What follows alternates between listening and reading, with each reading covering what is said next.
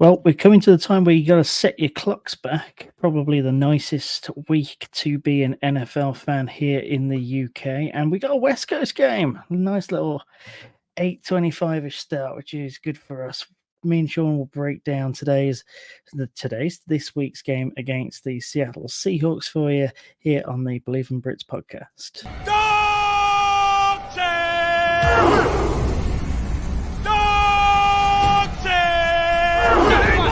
Boys, just the same old Browns. Garrett's going to get him, and he knocks the ball away. Caught by Donovan Peoples-Jones. Touchdown! He got it! He got Chubb! He's to the 30, 20, 10, 5, touchdown! Wow, what a struggle. The way it should be, I guess. Brownies, here we go! Woo, woo. Here we go, Brownies!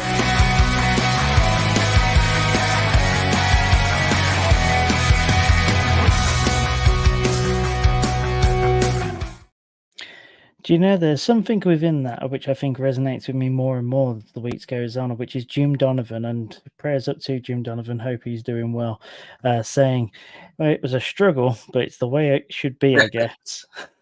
Just seems to be the case week on week, doesn't it, Shaun? I think that certainly does, mate. It is a struggle, but like I said, they've been on the right end of the struggle the last couple of weeks, mate, so long may that continue, but yeah, it's never plain sailing, is it, mate? That's for sure. It's really not, and let's jump straight into it. We're keeping this very much, ladies and gents, to a quick overview at the game on Sunday. Talks about the QB situation. I've been relegated to what was Monday's pod. Monday, Tuesday, it was one of those days pod. Anyway, so if you look at the one previously, you'll see all the questions as to whether or not we should bring somebody in, whether or not there's something larger at play, how long can we keep this going with the current situation. We're not going to talk about that today. Mainly because nothing's really changed. No one's been brought in. There's been some kicking on the tires of Brissett as a trade suggestion, according to a few different outlets. Nothing from the actual organisation. No, nothing's moved. PJ Walker is the starter on Sunday. He was elevated to the active roster as he was out of practice squad elevations after hitting 3. It's a move that we all suspected, Shaun more than most, knowing that no one would dare pick him up on waivers. Really, this is the situation we're in. Shaun, before I get your take on your initial thoughts for the game on Sunday, I'll just read out the Browns injury report as it's come to light in the last hour. Deshaun Watson is out, and then the questionable players on the list, Jerome Ford, of whom they've said he actually surprised the team with how well he ran on a sprained ankle, but he does have a sprained right ankle, so he's questionable. Marquise Goodwin, Shani Takitaki, and Jedrick Wills, all questionable. On the other side, we're still waiting for the Seahawks injury report as of time of recording, which is about 8:15 on this Friday night here in the UK. Hearing that Tyler Lockett is going to be questionable on a couple of other key offensive pieces. A couple on defense as well have been out for the Seahawks for a while, of which, when you look at it, Shaun, when you look at the Seahawks' current form and the fact that they'll be down a couple of key offensive players, and you look at PJ Walker's one true starter, which was against the 49ers in a true form before a couple of them fell away, it's almost shaping up to be exactly the same thing, just in a much, much more hostile atmosphere.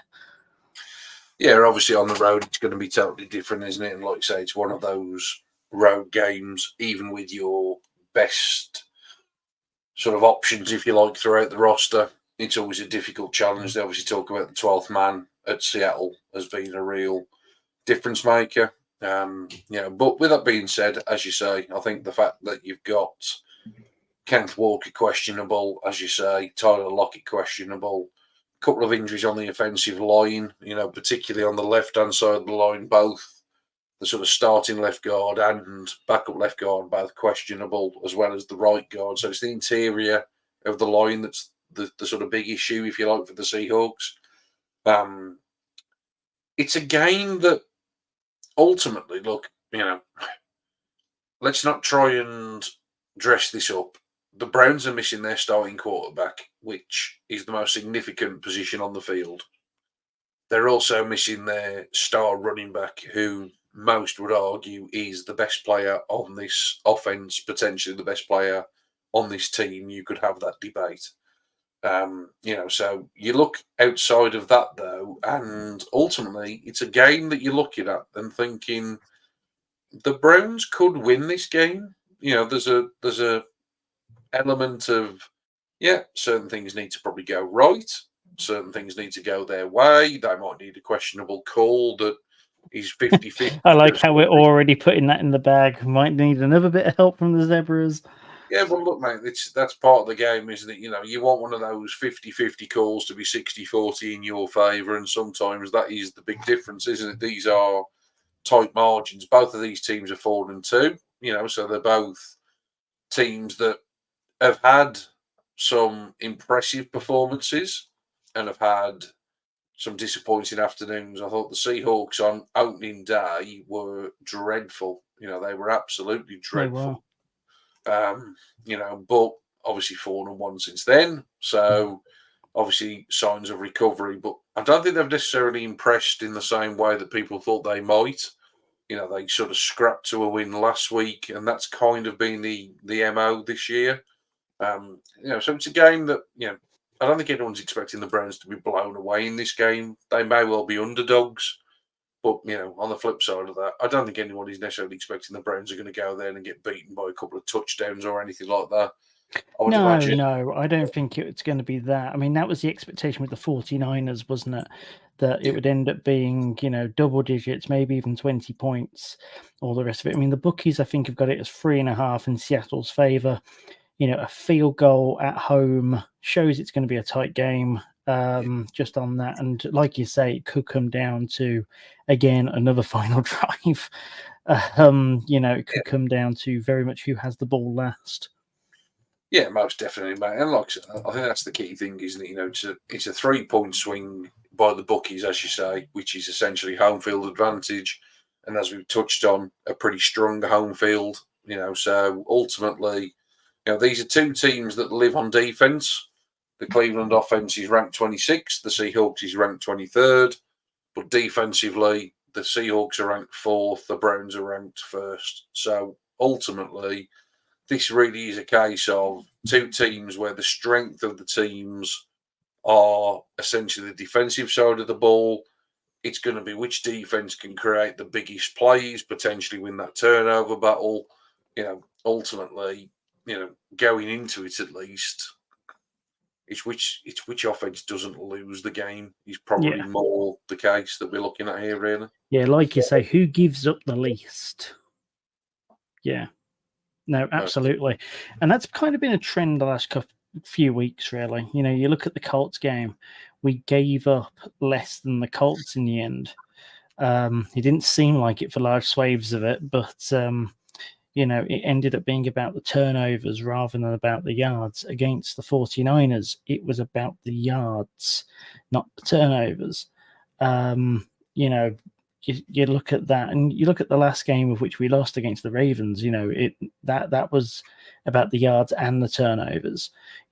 Defense needs to find a way to keep the ball ahead of them.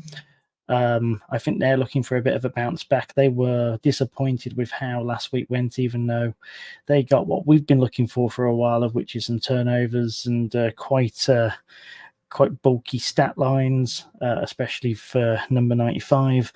But they're about keeping the yards limited, keeping the ball in front of them, and giving the offense a chance to win. It's about saying to your offense, score 21 points. That will help you out. Score 21, and that will do you. And the offense with PJ Walker has shown that they can get around that. So, but again, different situation. Lumen Field is a nightmare, but because of the travel. We are talking an entire continent of which they are flying across in order to participate in any case. Then you got the 12th man of it all. The Seahawks will be also even more buoyed by the fact that it's their throwback weekend, which means that it does boost the fans, though. It creates that additional bit with the atmosphere. I feel like Seattle's the one team that doesn't require it, but they will be feeling themselves a little bit. So I personally feel like Philadelphia were feeling themselves a little bit on Monday night against the Dolphins because of the Kelly Green. It's stupid and it shouldn't be the case at all. At the end of the day, everyone's professionals and all the rest of it, but we are seemingly, our defense is seemingly buoyed by the fact that they carry a boombox to piss off the 49ers, and saw that as one of the keys to victory against them. So in a sport where pettiness rules, you look at that and you think, oh, maybe there's something to it, but no, got to be party spoilers, got to just have efficient play. Create a game plan that you can execute without too much issue. Do not turn the ball over. Lean on your defense, and force Geno Smith into some terrible decisions, because he's got that in his arsenal. And if you can unlock that, and if you can get up early, you can have some fun.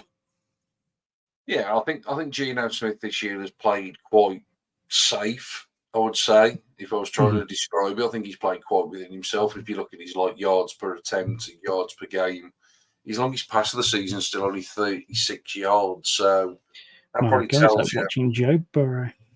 Yeah, it kind of tells you what the Seahawks have been about this year in terms of on offense. I think Kenneth Walker's a big difference for them when he plays. He's the only person that's ran a touchdown in this season for them. So if he doesn't go, which, it's sort of trending that direction, obviously we'll only get the final sort of actives and inactives about an hour and a half before kickoff, but Kenneth Walker not going is huge, really, when it comes to the Seahawks, because they've scored 13 touchdowns this year, 6 on the ground, 7 through the air. So Kenneth Walker's got basically half of their touchdowns this year. So he is a huge piece of what they do. So that will be a really interesting one to keep a lookout for. I think people are expecting big things from Jackson, Smith and Jigba. Obviously drafted high, Ohio State. So obviously a lot of Browns fans have a sort of instant sort of love and connection with him. Obviously the fact that he played in the state, but it hasn't really worked, has it? Let's be honest. He's averaged just under 8.6 yards per target, which isn't what you were expecting. DK Metcalf still seems to be the big piece on the offense. But ultimately, as we said, this is going to be strength against strength, isn't it? So they're going to be going up against that sort of pretty formidable Browns cornerback room, in terms of Ward, Newsom, Emerson. Obviously, the back end has been much improved this year, and in terms of Delpit's play has been elevated. You've got Thornhill, which seems like a massive upgrade on John Johnson. We haven't seen any sort of real blown coverages or anything like that. So, Thornhill's been obviously a huge addition. So the Browns really seemingly stack up pretty well against what this Seahawks offense offers. The Seahawks O-line's not the greatest, so there's an opportunity to potentially to get to Geno. He's suffered 13 sacks in his 6 games so far. So on average, couple per game. Again, this defense takes it up a notch. There's obviously pressure. I was going to say you might as well double that. Exactly that, mate. So, like I say, I wouldn't say I'm overly confident, because I think it's one of those where there's enough wrong on the offensive side of the ball for the Browns to be concerned, because you never think the Browns are going to go and blow somebody away, particularly with PJ Walker starting, and we'll probably touch on the offensive side of the ball shortly. But, there's enough wrong on the offense to worry that even as well as the defense may play, as it's been proved, if you put the defense out there long enough, eventually it'll wear down. Eventually they'll find a way So ultimately, I'd expect the defense to play well, but the offense needs to keep its end of the bargain. And if nothing else, it at least needs to manage the field position game and the time of possession game pretty well, so that there's not too much pressure on this defense to try and have to win through the takeaways, which is ultimately what they did last week. Yeah, that's something of which I was impressed enough with in terms of how Stefanski changed up his game plan when PJ Walker came in last week. He made sure that there was enough runs put in there, made sure that we were looking to take time off the clock, focus on small plays rather than looking to get to the down marker every time. I think that if, especially on the road, instigating that sort of game plan and just chipping away, like you say, winning the field position battle. It doesn't matter scoring points on every drive, but if you can get to about the 40-yard line, our 40-yard line, in order to punt over towards their 10-yard line, for example, you are winning that battle. You are saying to the Seahawks, you're going to have to deal with our defense all the way down that stretch in order to get points. Are you sure you can do that? And if you put them inside their 5-yard line, the Colts learned all about that last week. You don't want to do that. Jim Schwartz is not afraid to take you at that end of the field. So that's when it becomes. I think that if you have Deshaun Watson out there, obviously you are constantly looking to get into the end zone or at the very least the red zone. So you're scoring 3s and 7s. I think that with PJ Walker, and like you say, it's about trusting your defense, but not overloading your defense. Getting to at least the 40, burning a lot of clock, trusting Dustin Hopkins. I mean, my God, D-Hop has been, you sing loudest about him out of any of us here. He's been money. I can see him having another massive role on Sunday. It's about trusting everybody else to do their job and to do enough. Am I confident about Sunday? Not necessarily. Do I think that we'll be playing meaningful football in the fourth quarter? Absolutely. I think it's going to be another one where it's going to come down to a score. The bookies have got 3.5 on Seahawks, which is I'd say it's about right now. But realistically, you're talking about going down the other end if you got the ball with 2 minutes to go and doing what you've done the last 2 games. Exactly that, mate. And that's exactly where I was going to go, because I think it will be helpful that they know, or they knew as of Wednesday, PJ Walker starts this game. We debated it on the pod earlier in the week, and I just think it's the right thing. You can't go into a game thinking, is this guy going to start? Is he not going to start?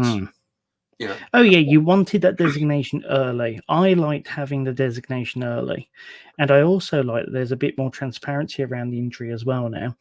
We now know the reason why Deshaun's sitting out is because swelling has increased from that game, right? He needs to sit out. He'll probably sit out next week against Arizona, or at least he should. Get himself to a point where it fixes it. Apparently by the end of the Arizona game, that'll be 6 weeks from when he originally tore it, which means he should be mended by that point, and only then do you look at putting him back in. But like you say, having that means that you can actually build the game plan around PJ. Exactly that. I mean, it raises some questions as to what he played last week. It wasn't the most vicious of hits that he took. It could have been a lot worse, let's put it that way. But look, let's put that in the rearview mirror. It is what it is. Ultimately, the decision's been made. PJ Walker starts. As I said the other day in our WhatsApp group, I think it's nice that he gets the full week of reps. It's nice that he obviously gets the game plan. It's not as good a defense in some aspects as the 49ers. It's pretty phenomenal against the rush. It's the number 1 defense against the run. So, let's give it its dues where it's deserved. So that means that PJ Walker is going to have to do a bit through the air. It's as simple as that. They're a defense that has generated plenty of pressure. They've got 23 sacks so far on the year. So they are a team that does get pressure on the quarterback by comparison, considering how dominant the Browns have appeared to be. Yes, they played one less. They played the same amount of games because the Seahawks have had the bye as well. The Browns have got 19 sacks, so the Seahawks are actually, getting to the quarterback at least with more regularity. So it's a game that the defense is going to have to play well. It's a game that the offense is going to have to do just about enough. It's a game that special teams are going to have to keep firing on all cylinders. But as you say, ultimately, mate, we can preview this till the cows come home. It's just got that absolute feeling of who's got the ball last, who's got a chance to go and win the game. I will be gobsmacked if we get to the fourth quarter and this game is a blowout. It just absolutely has the feeling of a final possession. Can either the Browns hold on or can the Browns go and put a score on the board? So bring it on. Great time, as you said earlier, mate, for the kickoff, 8:05 UK time. It was 8:05 start. Yeah, 8:05. So absolutely perfect, really. You'll be sort of looking at, probably 11 to 11:30, in terms of the finish time. So absolutely spot on. Really, really looking forward to it, mate. Really, I think it should be a really, really interesting game as well. Two really decent sides, I think. Two really decent sides. Yeah, absolutely. I'm not gonna press you for a prediction. I think that's as good as a prediction as we're going to get, which is ask me in the fourth quarter. And even then, don't ask me in the fourth quarter. No, I'm pretty much the same as you there, mate. There's some interesting games throughout the league as well to watch in the early window, including Pittsburgh against who have Pittsburgh got again? I've just previewed this on the. The Steelers have got the Jags, mate. The Jags, that's right. Yeah, the Jags going to Heinz Field or Accra Shore or whatever the hell they've called it now. But that'll be an interesting game to watch in the early window. And then you've got Baltimore and Cincy both in the late window with us. So it's going to be interesting to watch those games unfold. Cincinnati have got the 49ers, which is probably going to be headed up by Sam Darnold. So if Joe Burrow can't beat Sam Darnold, I don't think you have to worry about the Bengals this season. And the Ravens have got the Arizona Cardinals, so I wouldn't worry about them too much. They're going to win that one, probably with some comfort. If not, you don't have to worry about Lamar Jackson this season either, no matter what they did to Detroit. Apart from the early game against Pittsburgh, you can sit back, relax, and focus on the Browns, folks. I think we'll leave it there, Shaun, mate. Like you say, we could preview this until the cows come home, but really it's probably going to come down to the fourth quarter anyway. So, pointless talking too much more on it now. Yeah, it's definitely got that feel, mate. Like you say, it's a game that I think at the start of the week when the news came out with Shaun, most people sort of instantly sort of was like, yeah, well, let's just chalk up a loss. But the Seahawks haven't been putting up trees, mate. So, it's a game that, we're probably right to be 3.5-point underdogs. But on the flip side of it, as you say, 9.5-point underdogs to the 49ers a couple of weeks ago. And we know what happened there. So, full of confidence, full of optimism, and fingers crossed, mate, it'll be another excellent weekend. And hopefully, let's make it 3 in a row, mate, because there's nothing better than stacking these back-to-back. Yes, stacking them back to back in unlikely scenarios just doesn't seem like us, but we keep doing it. Right, that's us for today. We'll be back. We definitely won't be doing a Sunday one, considering it will be about a 11:30 finish. So either Monday afternoon or Tuesday night. Keep your ear out for that. Follow us on Believe in Brit and on Twitter, X, and Facebook. And until then, we will see you after the Seahawks game. Thank you, everyone, and go Browns.